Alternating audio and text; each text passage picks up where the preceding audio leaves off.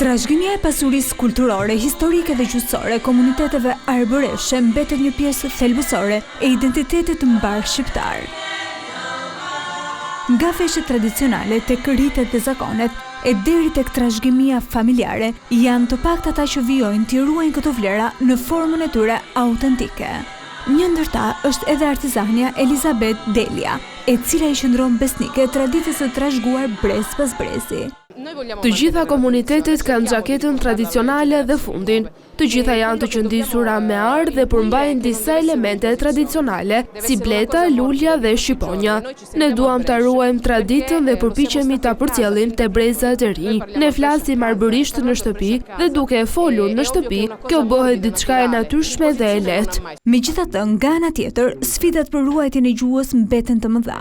Arbërishtja është kualifikuar nga UNESCO si një gjuhë në rrezik zhdukje dhe është përfshirë në atlasin e gjuhëve të rrezikuara në botë. Në fillim ishim rreth 200.000 banorë arbëresh që flisim këtë gjuhë.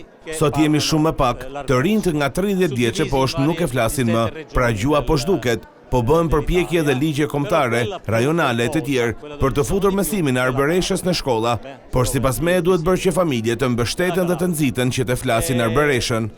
Ndërkohë në Tiranë, qendra e studimeve arbëreshe shpesh bën përpjekje për të nxitur politika konkrete për këtë komunitet. Në momentin që arbërishtja mendojmë do të bëhet pjesë e kurrikulave të shkollave në mënyrë të detyrueshme dhe jo t'i lihet si themi vullneti të lirë të një kryetari bashkie apo një dikujt tjetër, vetëm atëherë mund të themi se kemi fituar një bitejë. Deri atëherë shteti shqiptar ka për detyrë të bëjë edhe lobime politike në mbështetje të kësaj ideje. Dhjetra arbëresh kanë mbërritur në Tiranë në kuadër të samitit të diasporës me një qëllim të vetëm, ruajtjen e identitetit të tyre.